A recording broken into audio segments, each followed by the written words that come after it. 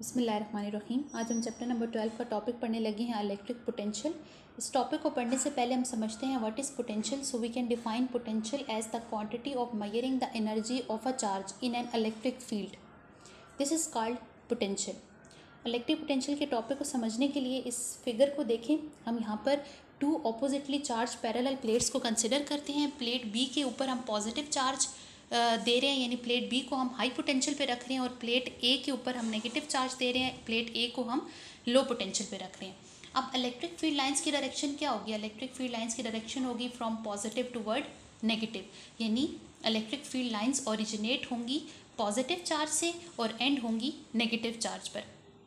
उसके बाद यहाँ पर हम एक पॉजिटिव चार्ज क्यू नॉट को फ्रीली प्लेस करते हैं। इस पॉजिटिव चार्ज क्यू नॉट की बी प्लेट के साथ रिपल्शन होगी, क्योंकि बी प्लेट के ऊपर है पॉजिटिव चार्ज, जबकि इस चार्ज की अट्रैक्शन होगी ए प्लेट के साथ, क्योंकि ए प्लेट के ऊपर नेगेटिव चार्ज मौजूद है। तो ये पॉजिटिव चार्ज मूव करेगा फ्रॉम बी टूवर्ड ए और गेन करेगा काइनेटिक एनर्जी।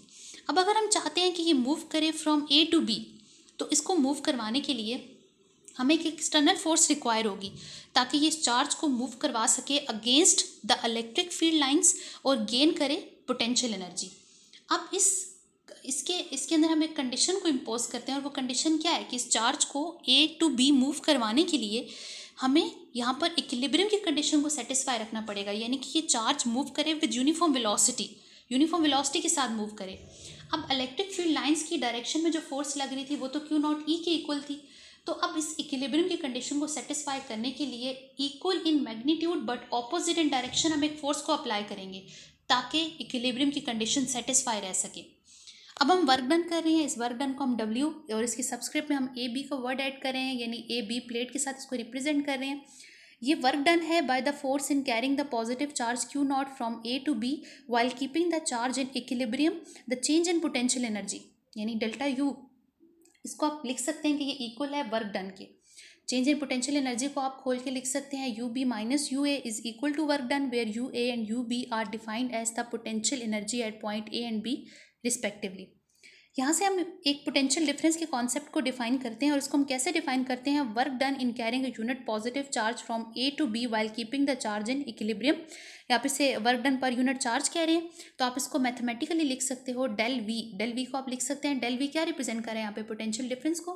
तो डेल वी को आप लिख सकते हैं V B minus V A, और ये इक्वल है work done per unit charge के।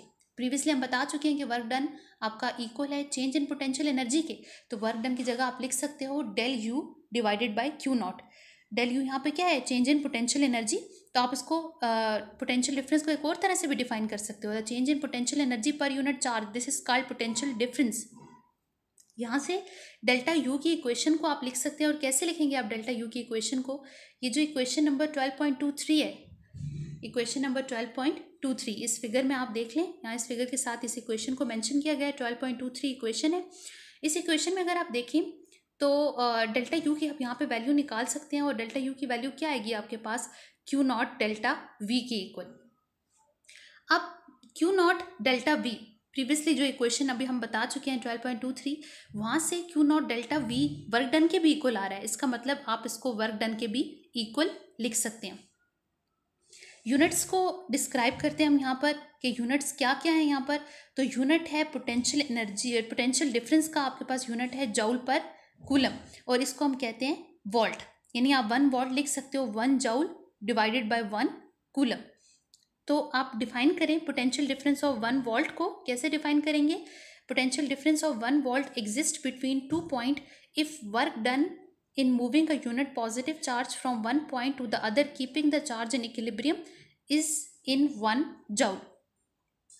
अब यहाँ पे अगर हम एक कॉन्सेप्ट देना चाहते हैं इलेक्ट्रिक पोटेंशियल का eight a point in an electric field, तो हमें यहाँ पे एक पोटेंशियल को जीरो पे रखना पड़ेगा, यानी और वो जीरो पे का कैसे होगा कि अगर हम एक पॉइंट को इन्फिनिटी पे प्लेस कर दें। लेट अस कंसिडर, हमने यहाँ पे दो पॉइंट्स के पोटेंशियल को कंसिडर किया।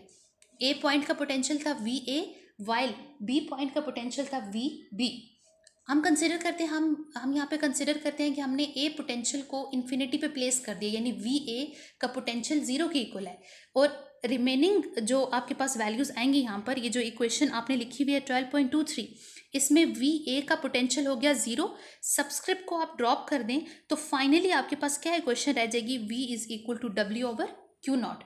और ये आप एक स्केलर क्वांटिटी है क्योंकि W और q naught both are scalar, तो हम कह सकते हैं कि ये भी V भी आपकी स्केलर क्वांटिटी है। उसके बाद इसी का एक सब टॉपिक है electric field as potential gradient. अब ग्रेडियंट क्या होता है?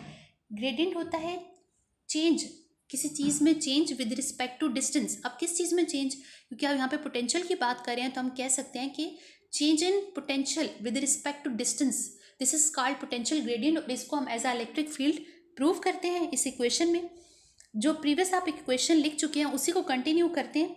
इक्वेशन थी V B minus V A is equal to work done per unit charge. अब आप जानते हैं कि वर्क डन इक्वल है एफ डॉट डी के। डॉट को हटाएं यहाँ पर तो आपके पास आता है कॉस थीटा, यानी आप इसको लिख सकते हो F D cos theta. Angle की बात करते हैं, थीटा यहाँ पर किसके इक्वल है? तो प्रीवियस जो आप इक्वेशन देख चुके हैं यहाँ पर इस इक्वेशन को, इसके साथ हमने यहाँ पे एक फिगर देखी है 12.21 बी फिगर। इस फिगर में अगर आप देखें तो इलेक्ट्रिक फील्ड लाइंस की डायरेक्शन में जो फोर्स लग रही है वो आपके पास इक्वल है क्यू नॉट ई की इक्वल। एंड इक्विलिब्रियम की कंडीशन को सेटिस्फाई करने के लिए हमने इसके equal in magnitude but opposite in direction एक और फोर्स अप्लाई की है। तो ये दोनों एक दूसरे के एंटी पैरेलल हैं, तो एंगल आपके पास आ जाएगा 180 डिग्री और कॉस 180 डिग्री इक्वल होता है -1 के। अब यहाँ पर वर्क डन इक्वल हो गया माइनस एफ डी के। अब एफ की वैल्यू आप पहले ही जानते हो कि E is equals to F over Q naught. यहाँ से आप एफ निकालें तो आप एफ की वैल्यू लिख सकते हो क्यू नॉट ई के इक्वल। अब यही वैल्यू अगर आप पुट करें इसमें तो वर्क डन इक्वल हो जाएगा minus Q naught E D. अब हम इसको अबव मेंशन्ड इक्वेशन में पुट करते हैं तो आपके पास वैल्यू आएगी V B minus V A is equal to minus Q naught E D divided by Q naught, where Q naught से कैंसिल हो जाएगा और फाइनली आपके पास रह जाएगी माइनस ई डी। यहाँ से अगर आप ई की वैल्यू निकालें तो वो आएगी minus V B minus V A divided by D, where V B minus V A is the change in potential difference. तो आप इसको लिख सकते हो minus delta V divided by D, यानी ई इक्वल है minus delta V divided by D. अब क्योंकि प्लेट्स ए एंड बी इसको हमने बहुत ही स्मॉल डिस्टेंस के साथ मतलब हमने इसको बहुत एक दूसरे के क्लोज यहाँ पे प्लेस किया, क्लोजली प्लेस्ड हैं एक दूसरे के, इनके दरमियान डिस्टेंस बहुत ही स्मॉल है। तो इस स्मॉल डिस्टेंस को हम डी से रिप्रेजेंट करने के बजाय डेल्टा आर के साथ भी रिप्रेजेंट कर सकते हैं। तो आपकी जो अबव मेंशन्ड इक्वेशन है इसको मॉडिफाई करके लिख सकते हैं E is equal to minus delta V divided by delta R. और यही delta V over delta R यही आपका पोटेंशियल ग्रेडियंट है जिसकी हमने स्टार्ट में बात की थी कि change in potential with respect to distance, this is called potential gradient. और इसको हमने as a electric field prove कर दिया। तो हम यहाँ पे कह सकते हैं कि electric intensity is equal to negative of gradient of potential.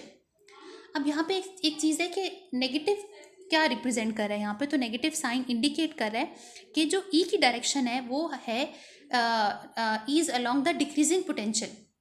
यही रीज़न है आपका कि क्योंकि ई की डायरेक्शन है आपके पास डिक्रीजिंग पोटेंशियल, लो पोटेंशियल की तरफ, हाई टू लो पोटेंशियल की तरफ, तो यही वजह है कि यहाँ पर आपके पास नेगेटिव का साइन आया है। उसके बाद हम देखते हैं कि unit of electric field intensity का, तो प्रीवियसली आप लोग कह चुके हो कि ई इक्वल है एफ ओवर क्यू के, यानी कि न्यूटन पर कूलम इसका यूनिट है। लेकिन अब यहाँ पे आपने बोला है कि ई इक्वल है delta V over delta are के, यानी कि वोल्ट पर मीटर इसका यूनिट है। तो हम क्या, ये एक बहुत ही इंपॉर्टेंट क्वेश्चन है जो अक्सर शॉर्ट में भी आपका आता रहता है कि वोल्ट पर मीटर न्यूटन पर कूलम के इक्वल होता है। अब इसको इक्वल हम कैसे प्रूव कर सकते हैं, ये प्रूफ लिखा है, आप इसको भी ध्यान से देखिएगा इस प्रूफ को। तो वोल्ट पर मीटर को आप देखें, वोल्ट को भी हमने प्रीवियसली अभी बताया कि वोल्ट जॉल पर कूलम के इक्वल है, तो वोल्ट की जगह जॉल पर कूलम लिख दिया और डिवाइडेड बाय मीटर आ गया।